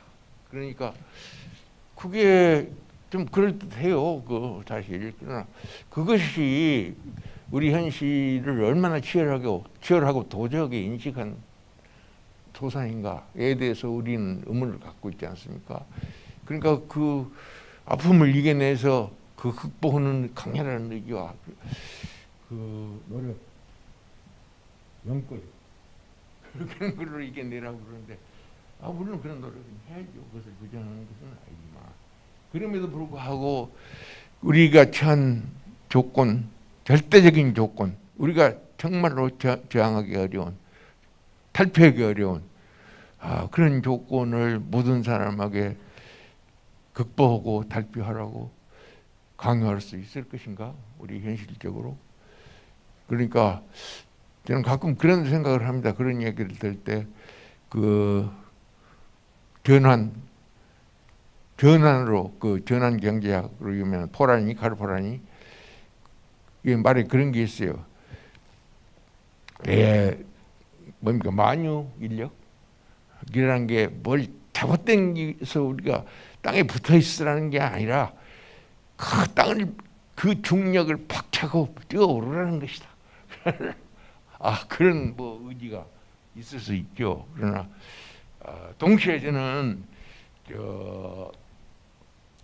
선도 매체라는 말씀을 지금 하셨지만, 요즘 어떤 교수가 주장하고 다니시는 게 있잖아요.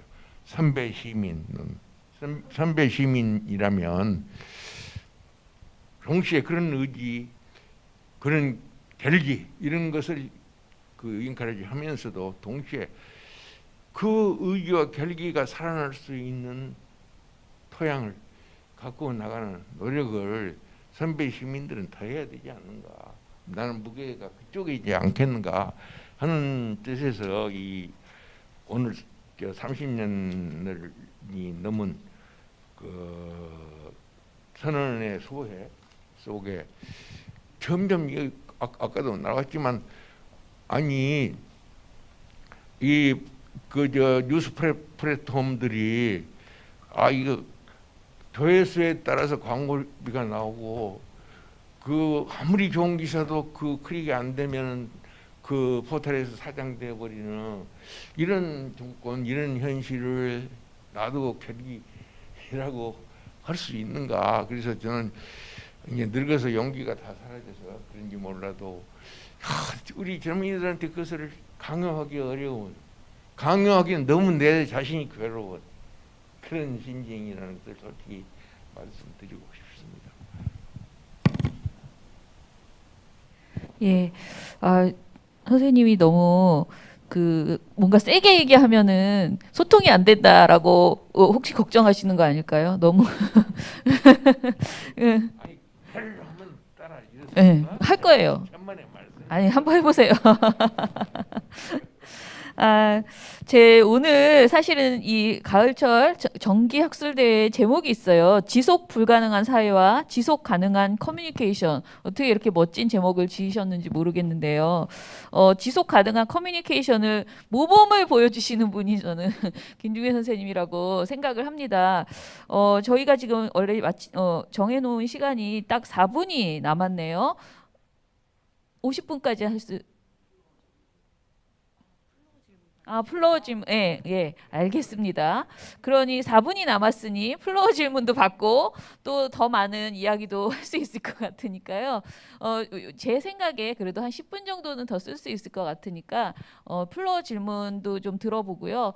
선생님 마지막 말씀도 한번 정리 말씀 들어보겠습니다. 네, 플로어에서 질문 있으시면 해주시기 바랍니다.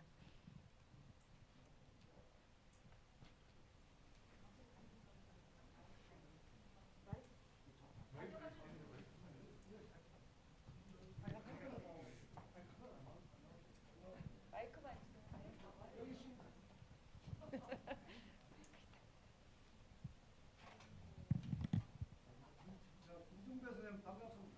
예, 저는 경남대학교 신방과의 선생을 좀 얼마 전에 퇴직한 김남석이라고 합니다.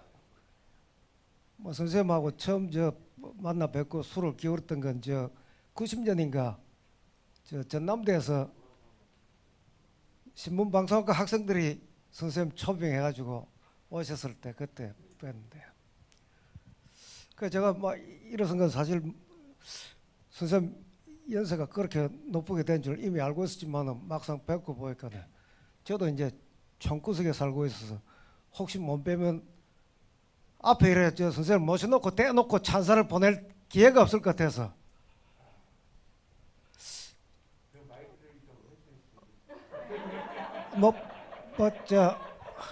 아마 들으실만 하지 않을까. 저희들 70년대 대학 다닐 때는 하여튼 몇몇 분들과 더불어서 우리 김중배 선생님께서는 우리 우상이었고 사실 그 뒤로도 계속 꾸준히 저도 이제 이 학교에 있으면서 선생님 여러 하시는 거 뵙고 이랬으니까. 근데 오늘 말씀하시는 거 들으면서 저도 감회가 있는 게 선생님께서는 대한민국의 후진국 시대 때 기자를 시작하셔가지고 중진국 시대 때 기자들하고도 대화를 하시고 선진국 시대 때 기자들하고도 대화를 하시고 하는데도 일관되게 한 자세를 유지하려 그러면 그거는 일관이 아니지 않겠습니까? 그러니까 사실은 굉장히 여유를 가지고 성찰하고 반성하고 하는 이런 길을 걸어 오셨으니까 저렇게 할 수 있었을 텐데 후배들이 누가 그걸 잘 알겠습니까? 사실.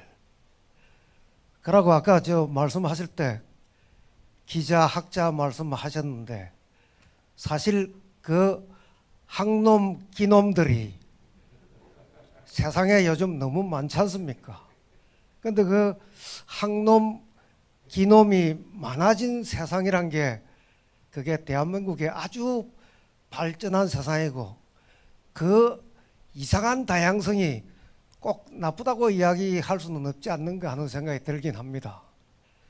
거기에다가 아까 기레기 말씀하실 때 우리 김중배 선생님께서는 기레기에 대해서 특별히 그렇게 부정적, 긍정적 감정을 안 가지고 계신 것 같은데 저도 마찬가지입니다. 사실은 쓰레기를 치우는 사람들이 세상을 제일 깨끗하게 만드는 거 아니겠습니까? 그래서 본래 기자들은 기레기였는데 기레기라고 말을 붙여줬는데도 못 알아듣고 더 깨끗해지려고 노력하고 이러는 게 좀 이상하지 않는가. 나 보이 우리 동기 강준만 선생도 그런 건 잘 모르는 거 보이 저널리즘에 대해서는 잘 모르는 것 같다 이런 생각이 들긴 합니다. 사실. 그러니까 기자는 옛날 몇백 년 전 역사 때부터 기자는 본래 쓰레기 옆에 있었고 넉마주의하고 비슷한 사람이 있는데 오늘 선진국에서도 그게 기자인데 이상하게 빌딩 속에 들어앉아 있는 사람들을 기자라고 언제부터 그렇게 생각하는 버릇이 생겼는지 그건 저도 잘 모르겠는데 아마 김중배 선생님께서는 거기에 대해서 아마 더 잘 알고 계시지 않을까. 그런데 사실 우리가 이런 점에 대해서 좀 더 예전의 우리가 모셔야 되던 어른들의 본연의 모습이랄까 이런 데 대해서 뭐 저도 한번 이야기하고 싶었습니다. 사실 그러고 저게 그것 때문에 제가 오늘날 김중배 선생님이 아직도 나와 계신 데 대해서 기껍게 생각하고 또 봐서 좋고 그렇습니다. 예, 감사합니다.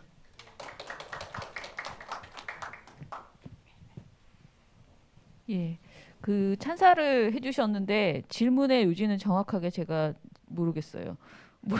그런데 선생님 이제 마지막 통역을 해줘야 돼요. 선생님 근데 기레기에 대해서는 한 번은 그래도 다시 한번 얘기를 해주시는 것이 좋을 것 같고요. 선생님 그냥 말씀 편안하게 마무리 말씀 해주시고 오늘 시간 마감하면 되겠습니다. 혹시 적어오신 거 한번 보시고. 아니 저거는 아니고 아니 그 마이크를 제가 독재자가 아니어서 회수를 못했는데 이게 독재자가 아닌 자들의 약점일 수 있습니다. 근데 그 중에 단편으로 하나만 말씀드리면 그 문맥에 대해서 저는 말씀 안 드리고 그 신문 방송이 있기 전에 그 기자라는 표현이 있어요. 그 기사자. 근데 그 원래 역사라는 사자가 이 관료 이름이거든요. 관직에 붙이는 사자. 그러니까 이 사관이라고도 해도 좋고 그것을 풀이할 때 그 무슨 유명한 사전 있지 않습니까? 강의자전인지 뭔지 저는 지금 얘기하는 사는 기사자였어요. 그 풀이가 기사자야라고 돼 있어요. 그러니까 참 그 기자라는 직업이 요즘은 기자가 없이 타자라고 그러니까 이제 모르겠습니다만 사실은 그렇게 그런 맥락에서는 중요한. 그래서 이제 또 과장이기도 하고 일부 뭐 사실이기도 한 측면. 그러니까 이 기사 자체가 하나의 사초일 수 있다. 그 역사를 기록하는 초록일 수 있다는 말도 있습니다만 여러 가지로 저도 이제 한결 같다고 그랬었는데 저도 많이 변했어요. 제 스스로 생각할 때는. 지금 그 감회가 생각나서 그 말씀드린 겁니다. 기자들은 사다, 기사자였다. 그 기사자라는 게 뭔가 그 사관에 보험가는 그런 기록자다. 그리고 비분 관계하고 그랬어요. 그 강조하고. 그런데 별로 그 약효가 없더라고요. 그래서 이제 여기 와서 이렇게 우러나고 있습니다. 그래서 제가 마무리보다도 이제 오히려 저는 그 앞으로 여러분들이 연구자, 학자, 학인 연구인들이 또는 이 현업에 계시는 우리 연구소, 운동가, 현업 사가, 기사자가 정말 이렇게 좀 고민하고 이것을 풀어서 여러 가지 대안을 만들고 그러니까 아까 김서정 교수께서 언론개혁시민연대 말씀을 하시는데 저는 그때부터 그 이전부터 이 언론을 바람직한 쪽으로 이끌어 올리고 갖고 나갈 수 있는 것은 언론만의 그 좁은 지형, 언론이 그런 좁은 지형이 아닌데 소위 우리가 오늘 흔히 쓰이는 언론이라는 것에 좁은 개념 속에 갇혀서 그 속에서만 허우적돼 가지고는 우리가 제기를 열어가기 어렵다. 그래서 그 민주노총부터 뭐 경국연합, 경실련, 환경연합, 참여연대, 여성 민우회, 여연 뭐 한 30몇 개 단체들이 함께했습니다. 그래서 이런 어그로짐. 그리고 소위 언론이라는 게 그 세계를 전부 달아야 하는 거 아니에요.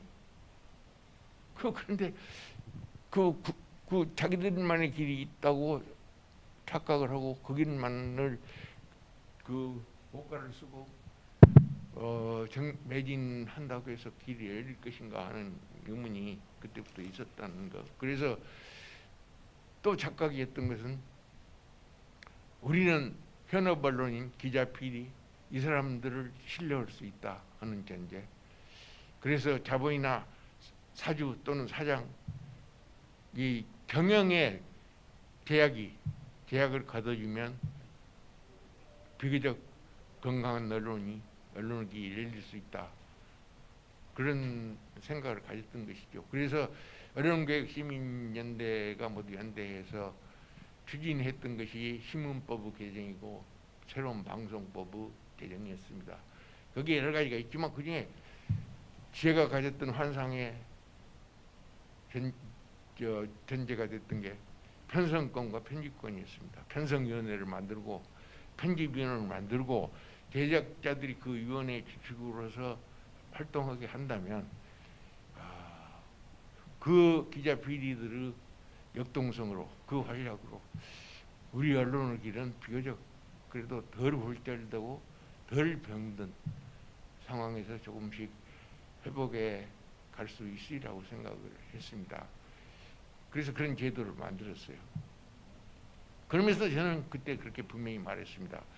이런 제도적 보장은 우리가 생각하는 최소한의 필요 조건에 지나지 않는다. 이 충분한 조건을 충족시키는 것은 현업 언론일 수밖에 없다. 그 언론 운동가들은 임포탄트다. 그 민주 언론은 창조할 수는 없다. 밑그림이 될 수는 있지만 불임무 이 운동은 불임가들의 짓이다. 그러나 그것을 생산하는 것은 당신들의 몫이다. 그런데 그것이 이제는 보세요. 편집위원회 법은 살아있죠 아직도. 근데 어떻게 되는지 모르고 방송의 편성위원회도 뭐 법은 그대로 있을 겁니다. 그런데 그게 뭐 어떻게 활성화됐다. 그리고 거기서 뭘 했다. 서로 의견을 교류해서 어떻게 됐다 하는 것은 난 듣지 못했습니다. 사실은 이제 두 분께 사실 질문이 하나씩 남았는데 그것은 안기로 하고요. 자꾸 그러면 이제 내일 모레까지 해야 되니까. 저는 다만 그런 환상 착각을 아무리 늙어 빠졌지만 되풀이 하고 싶지 않다는 충격이 너무 강력한지는 모르겠습니다만 그것을 감안하시면서 들어주셨으면 고맙겠습니다. 아까도 잠깐 말씀드렸지만 이 문명의 흐름 트렌드가 이 자본의 귀속, 자본의 지배에서 벗어나기는 매우 어려워가는 그런 경향이 있지 않는가. 그래서 저는 옛날에 토정미결을 연초에 보던 것처럼 그 해마다 연말이 되면 나오는 그 트렌드, 새해 트렌드 20일 뭐 이런 것을 봅니다. 그런데 이제 그 우리나라에서 유명한 분들이 그 펴낸 그래서 그 큰 서점에 가면 이게 베스트셀러 속에 들어있더라고요. 트렌드 코리아 2022. 근데 제목이 타이거 오 캣이 내년이 호랑이 해죠. 검은 호랑이 해라고 그러는데 이거 잘못하면 고양이가 된다. 근데 이제 그 트렌드 속에 몇 가지 머니러시라는 게 있어요. 역시 자본이 중요해요. 이걸 머니러시를 그러니까 다른 뭐 10가지 지표도 있습니다만 그걸 제대로 성취 못하면 호랑이가 아닌 고양이 해가 된다. 근데 이건 또 고양이에 대한 모욕일 수도 있는데 사실이 잘 모르겠습니다. 이런 발상.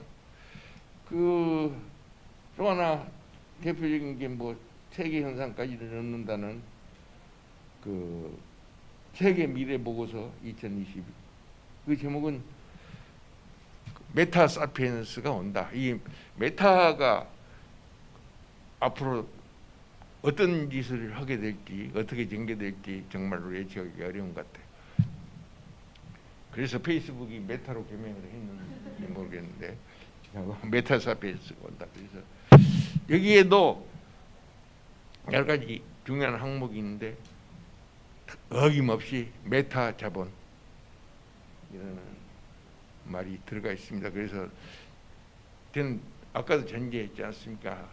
나이 먹은 자들은 기후병이 있어요. 기후가 너무 많을 수 있어요. 그래서 그런지 몰라도 여기에 대한 경계를 그리고 어떤 통찰과 어떤 솔루션을 읽어야 되지는 않겠지만은 차츰차츰 그리고 하루아침이 되겠습니까? 몇십 년이 걸릴지도 모르지만 그 대장정 각오로 뭔가를 차근차근 내려나가지 않으면 안 될 거 아닌가. 그래서 자널리즘이라는 축을 그러니까 이런 분들은 참 우리 운동을 하실 때 이런 분들 저렇게 해도 우리 자널리즘 나아지지 않는데 비판하고 막 하고 이렇게 한다고. 그런데 그때마다 제가 몇십 반세기 전에 우연히 본 어떤 드라마의 파편, 이 손녀가 할머니한테 할머니가 한나 공자와 맹자와 옛날 성현께서 왜 사시니까 우리 손녀라는 놈이 할머니 그런 훌륭한 분들에게 다 좋은 말씀을 하셨는데 왜 세상이 이렇게 나아지지 않아요? 그러니까 이 할머니가 야 그래서 그래도 그분들이 계셔서 그런 성현들이 계셔서 그런 말씀을 남기지 않았으면 이 세상은 더 나빠졌을 거예요. 좀 이상한 얘기지만 그런 생각까지 하면서 살아오고 있습니다. 그래서 자관 여러분 감사하고요. 그 감사한 것은 김중배 선언의 김중배를 들먹여줘서 감사하기보다는 이 시대를 관통하고 더 비중을 더해가고 있는 더해가면 더해같이 덜해지지 않는 자본의 통제 지배에 대해서 여러분이 다시 한번 생각해 주셔서 정말로 저는 이 시대의 사람으로서 감사하게 생각합니다. 여러분 감사합니다. 예, 저도 마무리하겠습니다. 이제 시간이 다 돼서 44분이네요, 벌써. 오늘 이 김중배 선생님 모시고 이런 의미 있는 시간 갖게 돼서 정말 감사하고요. 이 자리에 저를 불러주셔서 더욱 감사하고. 저는 이런 생각했습니다. 요즘 젊은 친구들이, 그러니까 많은 분들이 이런 얘기예요. 우리 시대에 너무 어른이 없다라는 말을 하는데요. 저는 우리 시대의 어른을 너무 모른다라고 생각을 합니다. 선생님 이렇게 이런 자리 마련한 우리가 마련한 이 모습들도 정말 많은 사람들에게 저는 알렸으면 좋겠고요. 우리 시대의 어른분들과 그리고 젊은이들하고의 소통의 자리가 조금 더 많이 있었으면 좋겠다. 선생님 아마 그런 자리 마련하면 언제든지 가실 수 있는 가셔 주실 것이라고 그렇게 믿기 때문에요. 젊은이들과 선생님 그리고 또 젊은 현업 기자들과의 만남 이런 것들도 앞으로 좀 더 많이 추진했으면 좋겠다라고 생각을 합니다. 예, 오늘 이렇게 좋은 자리 마련해 주신 언론정보학회 감사드립니다. 마치겠습니다.